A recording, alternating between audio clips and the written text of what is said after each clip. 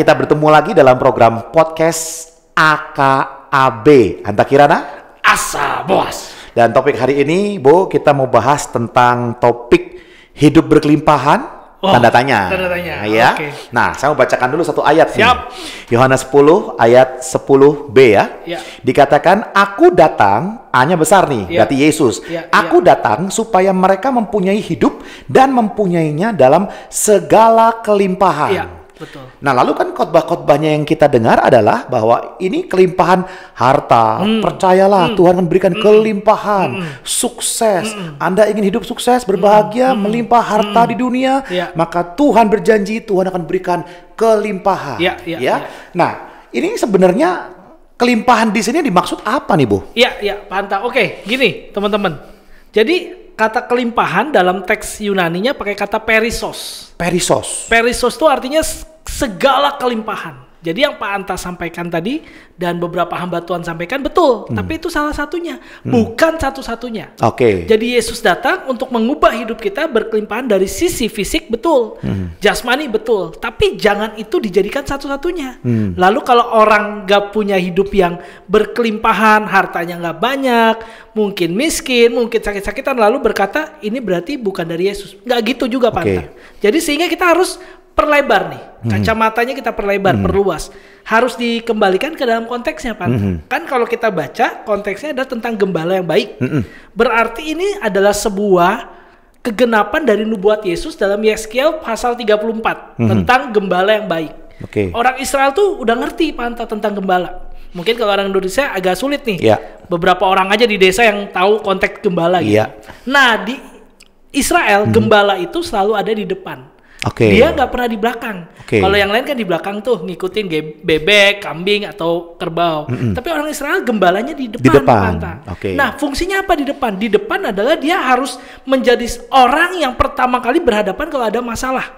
Ada binatang buas atau ada perampok dan sebagainya. Tapi yang kedua adalah dia memberikan direction atau arah. Nah, dalam konteks inilah Yesus sedang berkata, aku datang memberikan hidup kelimpahan. Berarti di dalam kata kelimpahan itu ada juga arah yang akan Tuhan berikan. Jadi gak bisa cuma sekedar ngerti kaya, lalu sehat, lalu sukses dan sebagainya, tanpa mau ikutin arahan Yesus untuk sehat, untuk kaya, untuk sukses. Hidup itu Zoe. Betul. Iya, betul. Berarti kan yang berlimpah itu adalah Zoe-nya. Betul. Nah, gimana penjelasannya? Jadi kalau bicara hidup itu ada dua dalam teks Yunani. Yang pertama bios, makanya ada biologi, itu kan hidup kita yang natural ini yang jasmani. Tapi yang kedua adalah tadi yang Pak Anta sampaikan, Zoe.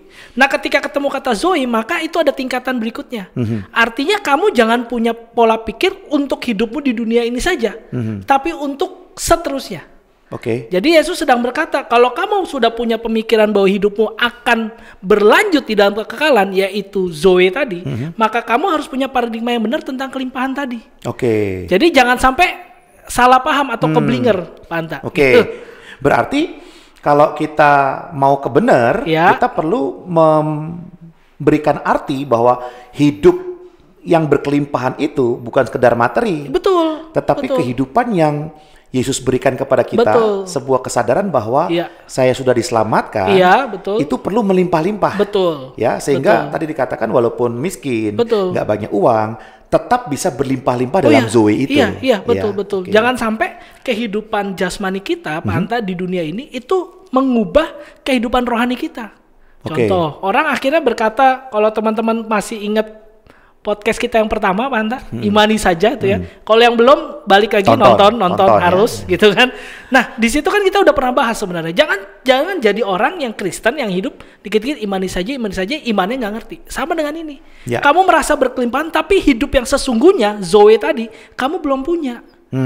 Nah, kalau kamu sudah punya Zoe itu, maka hidupmu di dunia ini, kita kan nggak kayak malaikat tiba-tiba berubah atau jalan yang ngambang ya Pak Anta. Tapi ketika kita masih hidup di dunia ini, hidup yang berkelimpahan itu harus kita jalani dalam directionnya Tuhan yang benar sebagai gembala. Nah, mungkin Pak Anta punya contoh di dalam dunia sekuler, bagaimana mencapai hal-hal itu? Jadi yang menjadi menarik di sini adalah seolah-olah Tuhan berjanji bahwa hidup yang berkelimpahan itu adalah hidup materi, gitu kan? Nah, barusan saya mendapat penjelasan bahwa ternyata hidup yang berlimpah itu bukan sekedar materinya, Betul. tetapi kehidupan itu tersendiri yang memberikan keselamatan, ya, gitu betul, kan. Betul. Nah, kalau kepada kehidupan saya, tentunya di sekuler, kita bisa melihat bahwa memang Tuhan bisa memberikan kepada kita kehidupan yang seperti itu ya, yang diberkati, lalu ada project dan sebagainya. Tetapi ada kalanya ketika project itu tidak ada, sebulan nggak ada, pandemi nggak ada project. Pertanyaannya, kalau saya berkata Tuhan, katanya berkelimpahan, kok saya enggak? Berarti saya salah mengerti. Walaupun ada atau tidak ada project, tetap saja saya bisa berlimpah-limpah dalam Zoe. Karena dalam Tuhan hidupnya. janjikan itu bukan mamon, bukan uang, tetapi Zoe-nya yang berlimpah. Betul. Begitu kan? Betul, Pak. Ya. Nah, yang menarik juga kalau kita baca di ayat 10 bagian A-nya tentang pencuri datang hanya untuk mencuri dan membunuh dan membinasakan. Karena ada kata pencuri. Betul. Orang seringkali itu definisikan sebagai iblis. Betul. Padahal kalau kita baca konteksnya ini bicara tentang ahli Taurat. Ya. Ahli Taurat yang apa? Yang justru membuat orang Kristen atau orang percaya Yesus itu menjadi down mentalnya.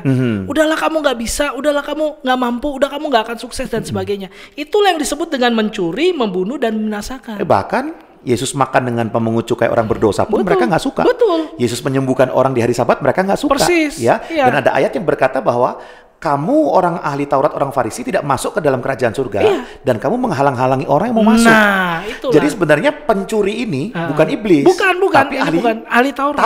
Nah, jadi orang yang suka tahu firman, katanya suka tahu firman, tapi hidupnya nggak mengaplikasikan firman, malah membuat orang terhalang oleh firman yang mereka bicarakan. Nah, kalau mereka menghalangi orang-orang bertemu dengan Mesias, ya akhirnya hidupnya binasa. Betul. Makanya membunuh, membinasakan. Betul itu. Nah, kalau di aplikasinya sekarang nih, Panta, aplikasi kita sehari-hari, seringkali orang Kristen gitu ya, percaya Tuhan, bahkan tidak menutup kemungkinan itu mungkin hamba Tuhan gitu ya.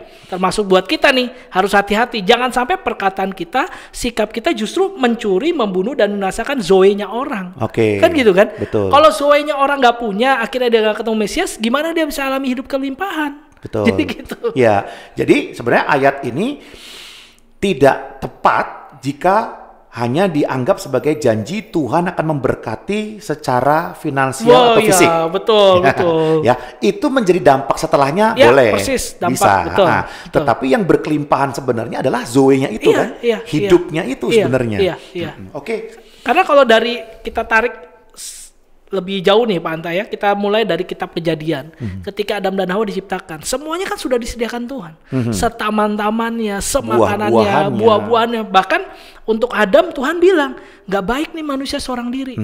Nah, dalam konteks itulah kelimpahan itu sudah ada sebenarnya Pak Anta. Oh, dari awal penciptaan dunia udah berlimpah-limpah. Namun memang ketika dosa masuk, yang iblis tawarkan itu, dan Hawa dan Adam akhirnya ikut berdosa, dan kita sekarang punya namanya dosa warisan atau turunan itu, kita mulai merasa hidup kita biasa-biasa aja, hidup kita nggak enak, hidup kita menyedihkan dan sebagainya. Kenapa?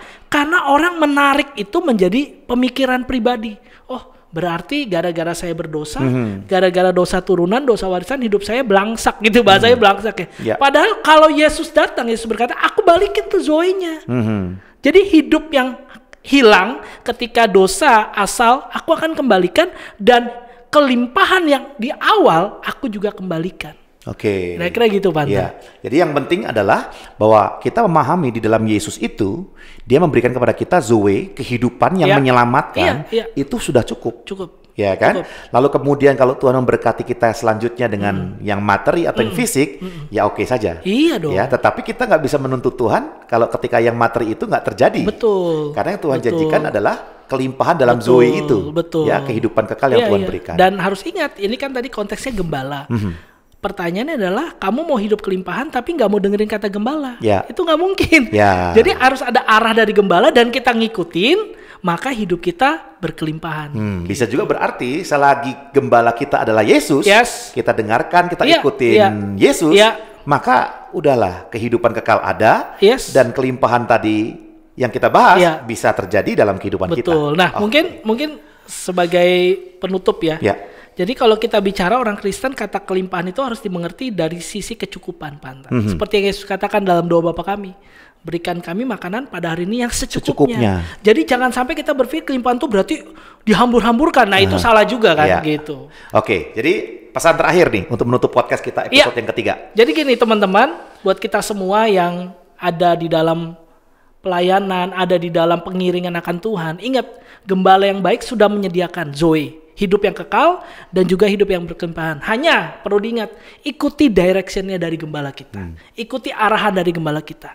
Dan jangan putus asa kalau engkau belum mencapai tahap kelimpahan yang dunia berikan. Ikut aja apa kata Tuhan. Nanti Tuhan akan sediakan semuanya. Oke. Terima kasih Bu sudah bahas hari ini bersama dengan saya. Sama-sama. Kita ketemu lagi di program selanjutnya. Yes. Okay. God bless you. God bless you.